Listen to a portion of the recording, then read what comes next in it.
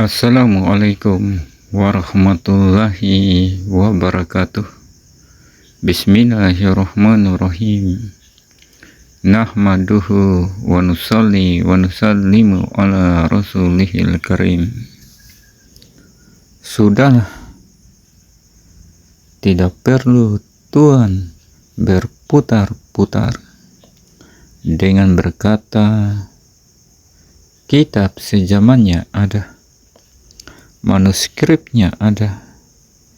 Tetapi benarkah yang Tuhan kata itu?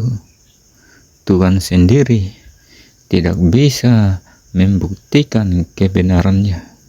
Ya meskipun ada ya, nanti Ubaidillah ini ada. Buktinya Said Murtada Az-Zabidi berani mengatakan Al-Ubaidili mengatakan Ahmad memiliki anak Ubaidillah. Oh, padahal sebelum itu sudah ada. Sudah ada. Apakah ada? Ada, manuskripnya ada. Inilah yang dikata oleh Gus Rumail Abbas, manuskripnya ada. Poin yang ingin kusampaikan di prolog ini, di mukadimah ini, baik Gus Wafi ataupun Gus Rumail Abbas, keduanya sama-sama mengatakan manuskripnya ada. Lalu apalah gerangan kitab sejaman yang dikata ada itu? Apa pula manuskrip yang dikata ada itu? Ubaidillah anak dari Ahmad bin Isa, seperti yang dikata oleh Murtada Az-Zabidi, yang dikatakan oleh Gus Wafi, bahwa Murtada Az-Zabidi berkata, Al-Ubaidili berkata, Ubaidillah itu anak dari Ahmad bin Isa. Itu artinya kitab dari Al-Ubaidili itulah yang dikata kitab sejaman itu ada. Dan yang dikatakan oleh Murtada Az-Zabidi itu pula yang dikatakan manuskripnya ada. Jadi yang perlu digarisbawahi di sini oleh semua umat, kapanpun Anda hidup, baik itu Anda yang hidup di hari ini ataupun engkau yang akan hidup di 100 tahun lagi ataupun seterusnya, bahwa yang dimaksud manuskripnya ada itu adalah Al-Ubaidili berkata Ubaidillah itu anak dari Ahmad bin Isa, yang dikatakan oleh Murtada Az-Zabidi. Itulah yang dikata manuskripnya ada. Kitab sejamannya tentang manuskrip itulah yang dikatakan ada oleh kedua ahli ini. Dengan adanya kitab sejaman itu berupa manuskrip yang dikatakan oleh Gus Rumail Abbas, juga oleh Gus Wafi, tentang Ubaidillah anak Ahmad bin Isa, itulah menjadi sebuah impian, menjadi sebuah harapan oleh siapapun tesis Kiai Imad itu akan terbantahkan. Itulah yang ditunggu-tunggu, yang dinanti-nanti oleh umat, agar polemik nasab itu cepat terselesaikan. Tetapi itu katanya, hanya katanya saja, kata Gus Wafi ataupun kata Gus Rumail Abbas, bahwa kitab sejaman itu ada, bahwa manuskrip itu pun ada, tetapi realitanya, kenyataannya, seperti apakah adanya kitab sejaman itu, seperti apa adanya manuskrip itu. Sampai saat ini tidak bisa dibuktikan adanya, eksistensinya tidak pernah ada. Jika benar apa yang dikata oleh kedua ahli ini, tunjukkanlah seperti apa kitab itu, seperti apa manuskrip itu. Umat menantimu, menanti kejujuranmu. Dunia akan menjadi saksi bahwa engkau berada di atas kebenaran seperti katamu ini. Apakah ada? Ada, manuskripnya ada. Nanti ketika sudah selesai beberapa referensi yang kita tulis, kita bukukan, mereka akan melihat kebenaran. Duhai engkau, mengapa kebenaran itu engkau sembunyikan? Engkau tidak menyampaikan kebenaran itu. Mengapa kitab sejaman itu, manuskrip yang engkau kata itu, engkau tidak tujukan? Ada apa gerangan dengan dirimu? Mengapa kebenaran itu engkau sembunyikan, engkau tidak sampaikan?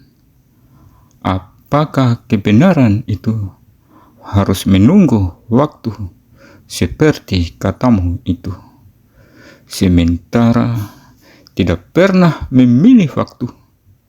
Engkau senantiasa menyampaikan dustamu atas nama agama tanpa memilah waktu. Sekali lagi kutanya kepadamu, kepada siapapun engkau wahai elit-elit agama, apakah kebenaran itu akan disampaikan jika sudah memiliki nilai-nilai komersial? Mengapa kebenaran itu akan ditujukan jika sudah ada perintah dari sang donatur? Mengapa kebenaran agama ini, kebenaran Islam ini harus diperjualbelikan dengan harga yang begitu murah? Ingin kukata kepada Tuhan, Tuhan menjajakan bualanmu bagai seorang penjual obat. Biarlah membual, asalkan obat dijual laris manis. Para pesakit yang jahil antri membeli obat yang disangka obat itu adalah obat anti jahil karena rayuanmu yang begitu memukau. Tetapi dikala obat yang engkau tawarkan itu ditelan, bukanlah hilang kejahilan itu dari dirinya, tetapi kejahilannya semakin akut akibat ulahmu. Dan maafkan aku pula jika aku kata kepadamu tentang hal ini. Ini realita. Ini sebuah kenyataan yang terjadi pada umat ini. Tidak sedikit umat ini meyakini agamanya, meyakini Islam bermodal katanya, kata kiai begini, kata ustadz itu begini. Semua ditelan mentah-mentah, tanpa dianalisa, tanpa diteliti secara objektif. Benarkah atau salahkah kata kiai itu, kata ustadz itu?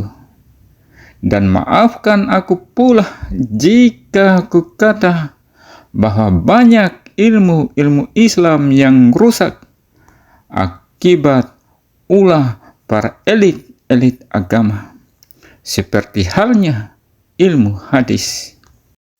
Mereka ini aktif dalam memalsukan dan menyebarkan hadis-hadis palsu atas nama Rasulullah Shallallahu Alaihi Wasallam untuk kepentingan kelompoknya sendiri. Maka merupakan sesuatu yang wajar, sesuatu yang tidak asing lagi bagi kita umat Islam, apabila kita dapati tidak sedikit hadis-hadis palsu yang tersebar di tengah-tengah umat Islam yang disebarkan oleh para pembesar-pembesar agama di atas podium-podium kehormatan. Dan perlu engkau ketahui bahwa pemalsu hadis itu bukan hanya dari kalangan para pembenci Islam, tetapi para elit agama itu berperan aktif dalam pemalsuan dan penyebaran hadis-hadis palsu. Sekali lagi kukata kepadamu, siapapun dirimu, bahwa mereka inilah elit-elit agama inilah yang paling berbahaya dalam pemalsuan dan penyebaran hadis-hadis palsu. Karena begitu banyak umat ini yang tertipu dengan polesan luarnya, dengan jubah-jubah kejuhudannya, dengan sorban kesolehannya. Tidak sedikit umat ini yang tertipu oleh penampilan seseorang. Seperti yang dikata oleh Ibnu Hajar al-Asqalani di dalam kitabnya Fathul Bari pada jilid 1 halaman 161. Beliau berkata, dan sebagian kaum yang bodoh telah tertipu. Mereka membuat-buat mengarang-ngarang hadis-hadis palsu tentang anjuran dan ancaman. Mereka berkata, kami tidak berbohong yang merugikan Rasulullah Shallallahu Alaihi Wasallam. Akan tetapi kami melakukannya untuk menguatkan syariat Nabi Shallallahu Alaihi Wasallam. Apapun alasanmu, wahai engkau, siapapun engkau seorang ulama sekalipun, dusta yang engkau perbuat itu dengan memalsukan hadis-hadis palsu dan menyebarkan hadis-hadis palsu, dengan berdusta atas nama Rasulullah Shallallahu Alaihi Wasallam itu, tentu saja Islam tidak akan pernah membenarkan apa yang engkau lakukan, membenarkan segala dusta yang engkau katakan, walaupun engkau melakukan itu untuk menguatkan syariat Islam.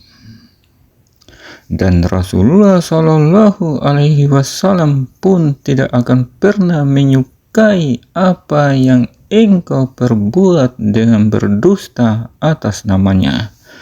Sayyidina Ali radhiyallahu anhu berkata bahwa Rasulullah Shallallahu Alaihi Wasallam bersabda, la takzibu alayya wa innahu man yakzibu alayhi yalijan nar.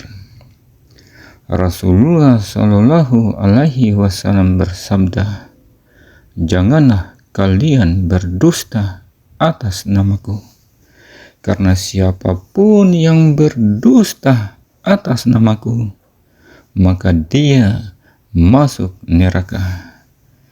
Itu kata Rasulullah Shallallahu Alaihi Wasallam dari Sayyidina Ali yang diriwayatkan oleh Imam Muslim di dalam kitab hadisnya. Dan hal ini tidak mungkin akan dapat dipungkiri oleh siapapun, bahwa pemalsuan hadis dan penyebaran hadis-hadis palsu itu begitu semarak di pasar-pasar loak. Hadis-hadis palsu diobral, dilelang dengan harga yang begitu murah di atas podium-podium kehormatan oleh para penjual agama. Dan sungguh miris, hadis-hadis palsu itu begitu diminati oleh umat ini, begitu diminati oleh para pemulung hadis untuk melegitimasi pemahaman kelompok-kelompoknya sendiri. Jika engkau ingin membantah apa yang kukata ini, kupersilakan kepadamu siapapun engkau, kupersilakan untuk membantah apa yang kukatakan ini. Tetapi sebelum engkau membantah apa yang kukatakan ini, kutujukan kepadamu terlebih dahulu, agar engkau tahu yang kukata ini bukanlah diriku yang mengatakannya, tetapi para ulama-ulama itu sendirilah yang mengatakan bahwa para ulama, para ahli ibadah itu gemar berdusta dengan memalsukan hadis-hadis atas nama Rasulullah Shallallahu Alaihi Wasallam. Di dalam kitab Lisanul Mizan pada jilid 6 halaman 64, Ibnu Hajar al-Asqalani berkata, Ibnu Amr berkata, dia Mu'ala bin Subay al-Musili adalah seorang ahli ibadah warga kota Mosul. Tetapi dia, ahli ibadah ini, gemar memalsukan hadis dan suka berbohong. Begitu juga Imam Ahmad berkata tentang seorang ahli ibadah yang bernama Mu'ala bin Hilal bin Suwaid at-Tohan. Beliau, Imam Ahmad berkata, semua hadis-hadis yang diriwayatkannya, semua hadis-hadis yang diriwayatkan oleh Mu'ala bin Hilal itu, semuanya adalah hadis-hadis palsu. Silakan rujuk pada kitab Tabaqatul Hufaz karangan Imam As-Suyuti pada jilid 3 halaman 112, atau pada kitab Mizanul Iktidal karangan Al-Imam Al-Zahabi pada jilid 3 halaman 187. Begitu jelas bahwa yang menyebut ulama-ulama itu sebagai pemalsu hadis adalah para ulama itu sendiri. Jika Tuhan, siapapun Anda ingin menggugat, maka silakan gugat Imam Ahmad, Ibnu Hajar, Imam Suyuti, ataupun Imam Al-Zahabi, karena mereka inilah yang mengatakan bahwa sebagian para ulama, sebagian para ahli ibadah itu gemar berdusta, gemar memalsukan hadis-hadis atas nama Rasulullah Shallallahu Alaihi Wasallam. Jika para ahli ibadah saja begitu berani berdusta, begitu berani memalsukan hadis-hadis Nabi Shallallahu Alaihi Wasallam, seperti yang dikatakan oleh Ibnu Hajar al-Asqalani, seperti yang dikatakan oleh Imam Ahmad. Lalu bagaimana dengan engkau, wahai engkau para penjual-penjual agama yang sudah terbiasa berdusta, yang bisa dikatakan bahwa tiada tanpa dustamu ketika engkau menyampaikan agama, selalu saja dibarengi dengan berbagai kedustaan yang engkau katakan. Tentu saja engkau akan lebih berani lagi berdusta dalam masalah-masalah nasab para junjunganmu, yang dari mereka itulah engkau mengais-ngais remah-remah. Perkataanmu bahwa kitab sejaman itu ada, bahwa manuskripnya itu ada, bahwa nasab leluhur junjunganmu itu, Ubaidillah sebagai anak Ahmad bin Isa itu, manuskripnya ada. Padahal semua yang engkau katakan itu hanyalah sebuah kedustaanmu belaka. Akhir kata, jika engkau tidak dapat menunjukkan kitab sejaman, kitab Al-Ubaidili yang engkau katakan ada itu, ataupun manuskripnya berupa perkataan Al-Ubaidili bahwa Ubaidillah itu anak Ahmad bin Isa, yang engkau katakan tidak mungkin Murtada Az-Zabidi akan mengatakannya jika Al-Ubaidili tidak mengatakan tentang hal itu. Maka itu artinya langsung saja pada kesimpulannya, itu artinya Murtada Az-Zabidi itulah yang berdusta karena mengatakan sesuatu yang tidak pernah dikatakan oleh Al-Ubaidili.